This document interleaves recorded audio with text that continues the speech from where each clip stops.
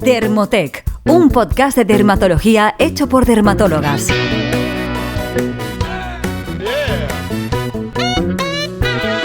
Bienvenidas y bienvenidos a un nuevo episodio del podcast de Dermotec. Esta semana tenemos una innovación y es que no estamos solas, como veis.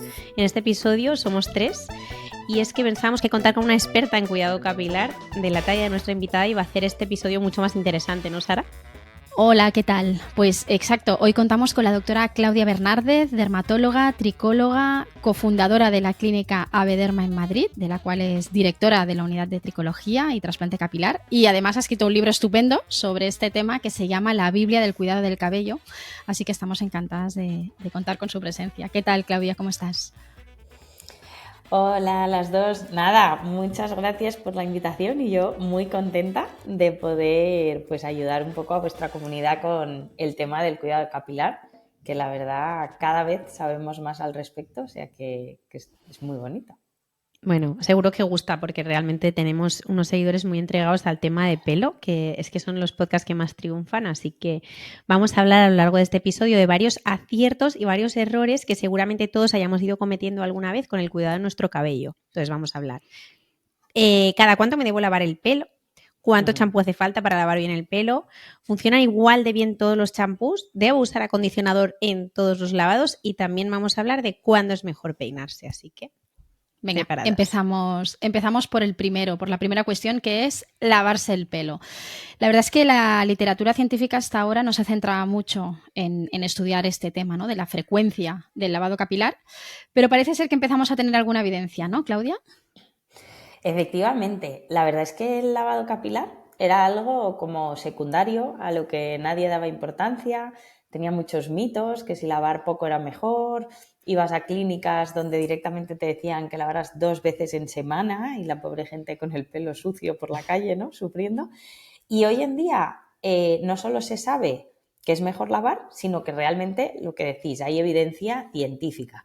Porque lo que está siendo muy bonito hoy en día es que todos estos cambios cosméticos están siendo respaldados por estudios.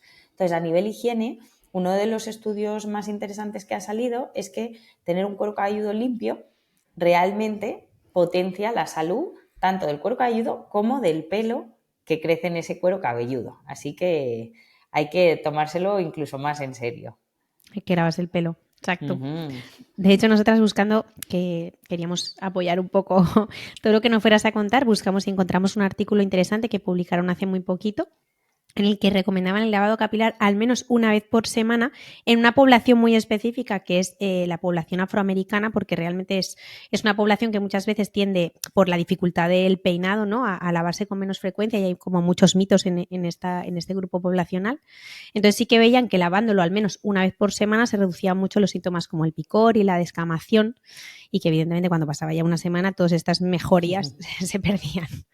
Sí, esto es algo además que yo, que hago consulta prácticamente todo, bueno, prácticamente no, solo veo patologías de pelo y cuero cabelludo. Cuando empezó el método Curly, que claro, por eso ese estudio en la población afroamericana, ¿no?, eso era el método Curly original, por así decirlo.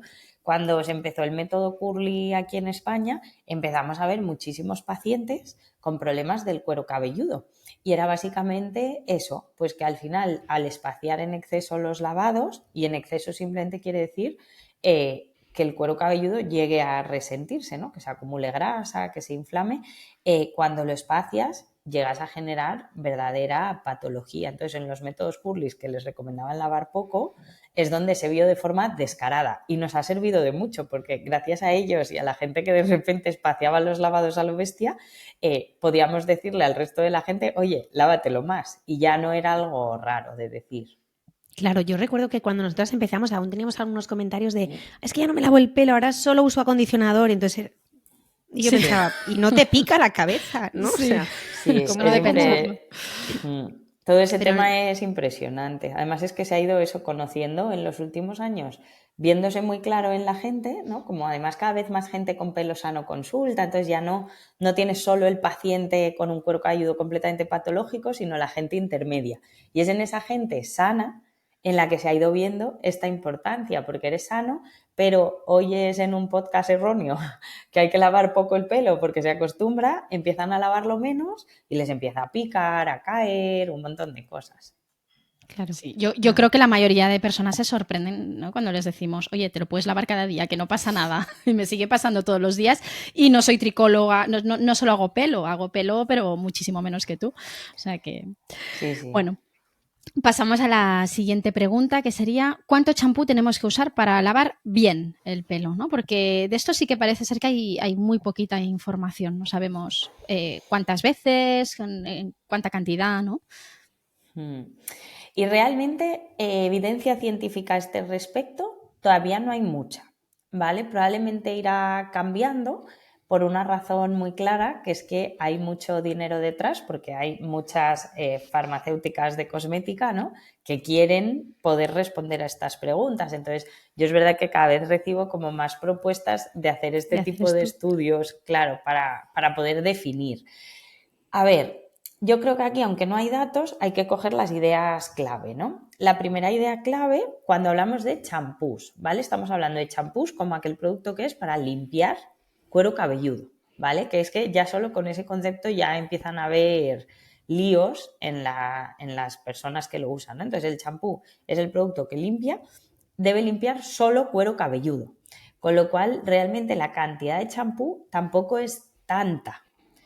Lo importante es que ese champú consigamos que contacte con toda la grasa, porque la suciedad se mete además en la grasa del cuero cabelludo. Entonces yo esto lo hablo con mis pacientes y yo lo que les digo es, no es tan importante que te laves 1, 2, 3 veces o que apliques X cantidad de producto, sino que te asegures de masajearlo bien y de que notes que se forma espuma, aunque sea poquita, porque hay champús con poca espuma, en cuero cabelludo. Yo creo que ese es un poco el concepto clave, que de ahí viene lo de lavar 2 veces, porque a veces si está muy sucio por fuera, lo has ido dejando más de la cuenta, se llena todo lo que es la fibra capilar de grasa y entonces tú, al intentar meter el producto en cuero cabelludo, claro, emulsiona todo por arriba y ya cuero cabelludo prácticamente no tiene potencia de detergencia y ahí sería cuando habría que lavar 2 veces. Claro. Y eso es también el motivo por el cual haces más espuma siempre en el segundo lavado, ¿no? Claro, o en la segunda aplicación de agua, exacto, ¿no? Que parece sí, que hay mucha más cantidad. Claro, bueno, pasa un poco como con la limpieza facial, ¿no? Que realmente artículos que te digan cuánta cantidad, cuántas veces al día, hay poquísimos y con unas Ns de pacientes muy bajas, ¿no? Yo creo que con esto es parecido. Pero como tú dices, llegarán. En fin, pasamos con la tercera pregunta y es que si funcionan igual de bien todos los champús, porque esta pregunta es un poco vaga y en realidad la podríamos interpretar de muchas maneras, ¿no? ¿Funcionan en que la caída capilar o que un producto de gran consumo, lo del mass market, funciona igual que un producto de peluquería? Porque esto es una cosa que la dices en las redes y, bueno, sí, drama total. Hemos tenido muchísimos enfados por este motivo. Sí, hemos tenido problemas. Exacto, pero bueno, yo creo que empezaría por si tienen alguna relevancia los champús en la caída capilar, ¿no? Que eso es una cosa que siempre interesa cuando tienes alguna patología.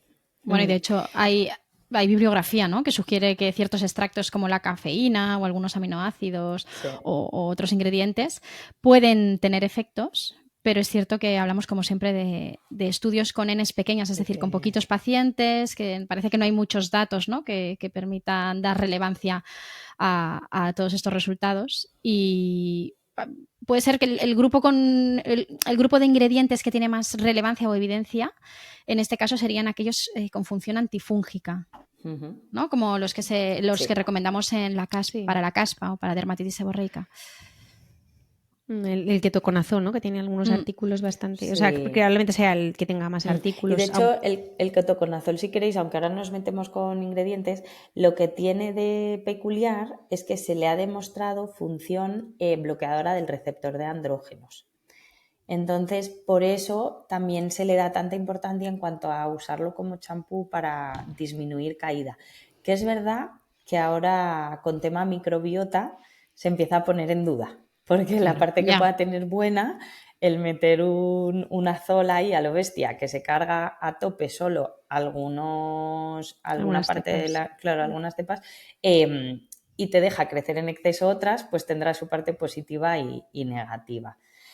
A ver, lo de los champús y sus principios activos, esto es muy complejo. Yo aquí os voy a mezclar un poco de mi opinión personal con lo que yo veo y leo, porque creo que por mucho que leas es lo que decís, las N son pequeñas, casi todos los estudios de principios activos en champú están basados en los laboratorios que quieren demostrar que ese principio activo funciona, que no quiere decir que estén mal hechos los estudios, porque hay algunos, por ejemplo, unos que ha hecho Sara de la cafeína, que la verdad es que a mí cuando me los presentó el laboratorio me impactaron, porque eran como varios y entre ellos bastante bien hechos. Mi opinión personal. Cuando hablamos de champú en caída, estábamos toda esta vida o toda nuestra vida y desde hace mucho pasando por alto el hecho de que un cuero cabelludo sano permite crecer un pelo más sano. Entonces creo que con ese error de concepto de base, los estudios para el crecimiento del pelo con determinados champús son difíciles de entender. ¿Por qué? Porque si alguien tiene más caída y por esa mayor caída se compra un champú anticaída y pensando que le va a disminuir la caída, lava el cuero cabelludo más a fondo, se lo lava más a menudo, lo deja actuar, va a tener un cuero cabelludo con menos inflamación, menos radicales libres, entonces sí que puede disminuir caída, pero no sabemos si la puede disminuir casi cualquier champú bien usado y no solo los anticaída. Entonces yo ahí, es verdad que es una opinión un poco disruptiva, pero yo es lo que veo con mis pacientes, ¿no? Que a veces solo con una correcta rutina cosmética no te tienes que ir a un champú anticaída. Y de ingredientes anticaída, pues ahí se nos vuelven a mezclar cosas, porque tenemos, pues lo que ha hecho Sara, la cafeína, se habla mucho porque sí que hay estudios, el ketoconazol, igual hay estudios, pero en los estudios no diferenciaban entre dermatitis seborreica o no, sino que hablaban un poco de caída en todos. Entonces, claro, si tienes dermatitis seborreica y la tratas, pues te disminuye la caída, porque es una causa de caída. Entonces, creo que tienen la parte de cuidar el cuero cabelludo y luego muchos champús con aminoácidos, con determinadas cosas anticaída, más que anticaída son antirrotura. Entonces, claro, te disminuye acondicionador, ¿no? Exacto, te disminuye la caída, pero porque son champús con baja capacidad de detergencia o con una capacidad de detergencia en la que combinan productos acondicionadores. Entonces, creo que a día de hoy el claim anticaída, si a alguien ese champú le gusta, yo a mis pacientes les digo que si les gusta que lo compren, o sea que no hay ningún problema, pero nunca basaría un tratamiento en un champú anticaída. Está claro. Sigue habiendo ahí mucha falsa creencia, ¿eh? En cuanto a los champús anticaídas, yo al menos es lo que veo todos los días. Venga, siguiente pregunta. ¿Debemos usar acondicionador en todos los lavados? A ver, el acondicionador lo que hace, ¿no?, es que la fibra capilar, que es inerte, que es muerta, ¿no?, son células muertas con cero capacidad de regeneración, las cubre y les devuelve su capacidad hidrofóbica, ¿no?, de repeler el agua. Entonces, lo que se considera, o lo que yo me estudié muy a fondo de cara a escribir mi libro, ¿no?, de este tema, es que tu grasa natural, o sea, la grasa que forma tu cuero cabelludo, puede llegar como hasta 2-3 centímetros de la longitud de la fibra, sobre todo si es liso, ¿vale? Si es curly ya es más difícil. Entonces, en general, cualquier persona con un pelo de más de 3 centímetros de largo debería usar acondicionador en todos los lavados. Vale, con esto responde totalmente a nuestra pregunta, o sea que perfecto. También estoy pensando en los cabellos más grasos, ¿no? Que igual imagínate a alguien con el pelo relativamente corto y el pelo grasos, ¿dónde pones el límite, ¿no?, entre el acondicionador? Yo claramente, si me pongo un acondicionador, voy con el pelo totalmente brillante y grasiento. Sí, ahí está la gran complejidad, yo creo, de las rutinas capilares, que tienes a muy poca distancia una piel que requiere unos cuidados muy diferentes a una fibra que requiere unos completamente diferentes. Porque, por ejemplo, tú, Sara, dices lo del cuero cabelludo graso, ¿no? Pero, bueno, yo creo que las tres nos pasa, tenemos un pelo como bastante lacio y finito, que entonces pierde volumen en cuanto contacta con la grasa. Entonces, esa combinación hace que se engrase muy rápido.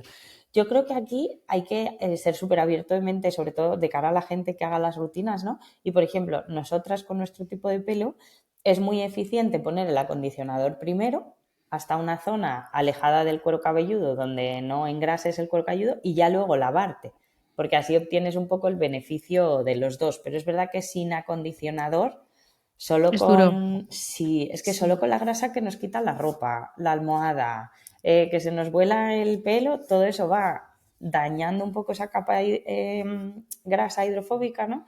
Y la perdemos. Entonces, en cuanto nos lavamos con champú solo con lo que cae, ya lo estás dañando más. Sí, pero es cierto lo que tú dices, que yo, por ejemplo, de forma un poco intuitiva, sin mirármelo a fondo, utilizo como un pre-champú, o sea, utilizo un acondicionador en medios a puntas antes de lavarme y me gusta salir con el pelo como mucho más limpio porque me da la sensación de que tengo más volumen, incluso utilizo antes productos de acabado que acondicionador dentro de la ducha, o al menos busco un acondicionador que se elimine muy bien porque no todos.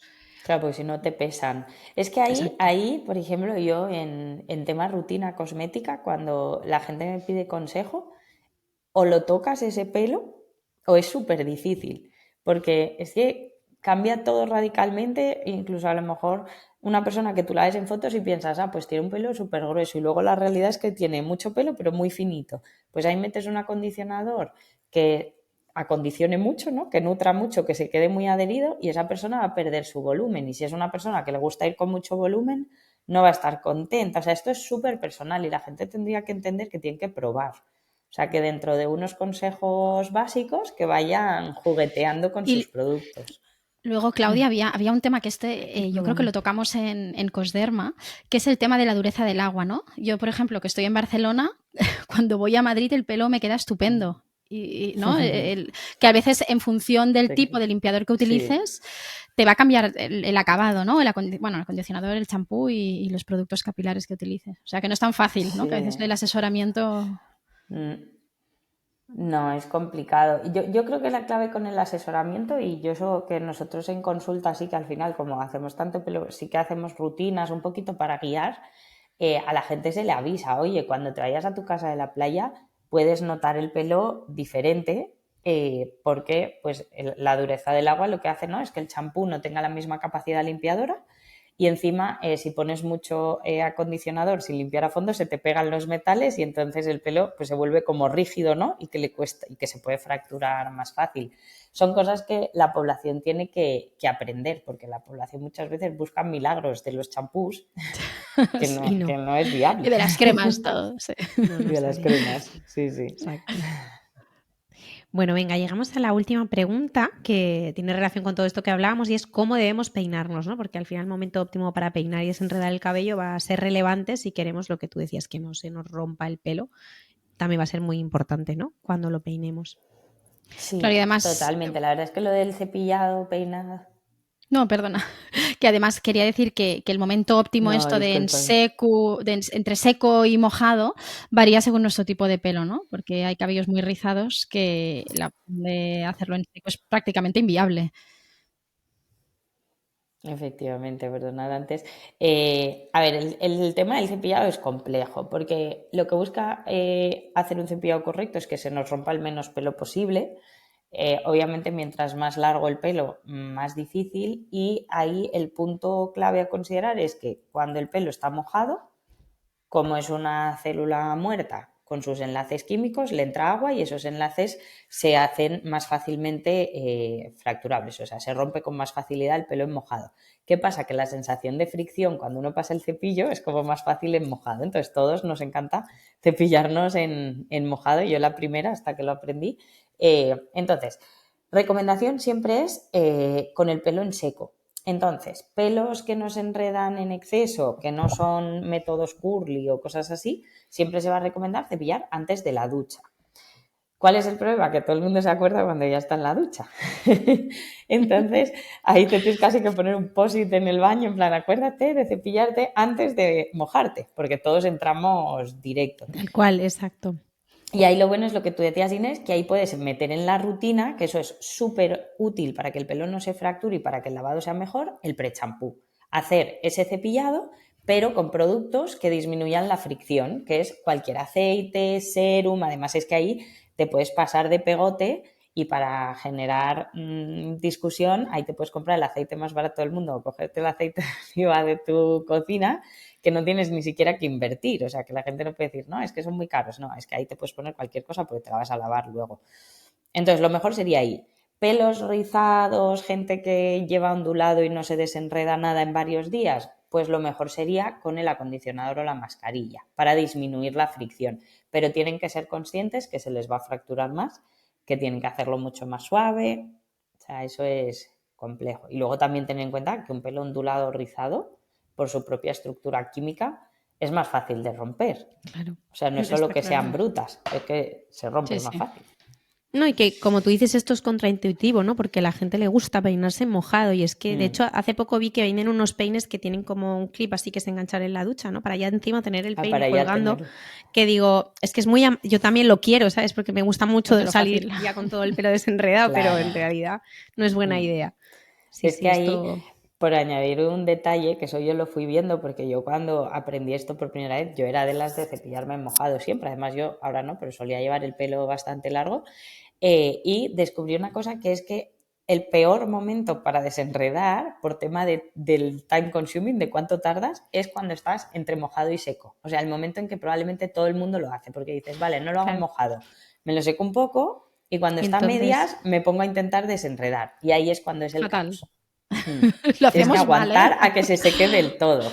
No sabemos la teoría en el caos. Pero es que si aguantas a que... Tenéis que probarlo. Aguantas a que se seque del todo, o sea, con el secador, y es que haces así con los dedos, lo separas y está desenredado. Yo me imagino la fractura, El problema, o sea, yo por ejemplo, ahora lo que hago es mientras me lo seco me voy pasando así los dedos, pero igual me lo estoy cargando, ¿no? Realmente o sea, tengo que... no, puedes pasar los dedos, mientras que cuando llegues al punto del enredo, en lugar de atravesar con los dedos, abras. Sí, de hecho, hay una peluquera que lo cuenta, hay una peluquera que eso lo cuenta súper bien, y la verdad es que yo de oírla lo probé, lo de ir separando con los dedos, y ayuda mucho. Ah, pues madre mía. Dato que nos llevamos, que yo me acabo de lavar el pelo y está. Sí, hoy lo he hecho mal todo lo que has dicho. Bueno, oye, nos ha encantado, hemos aprendido un montón. Sabemos que las personas que nos escuchan están esperando que nos des un listado de recomendaciones de productos, porque es lo que más nos gusta, pero lo vamos a dejar para el siguiente episodio, así que nos despedimos aquí.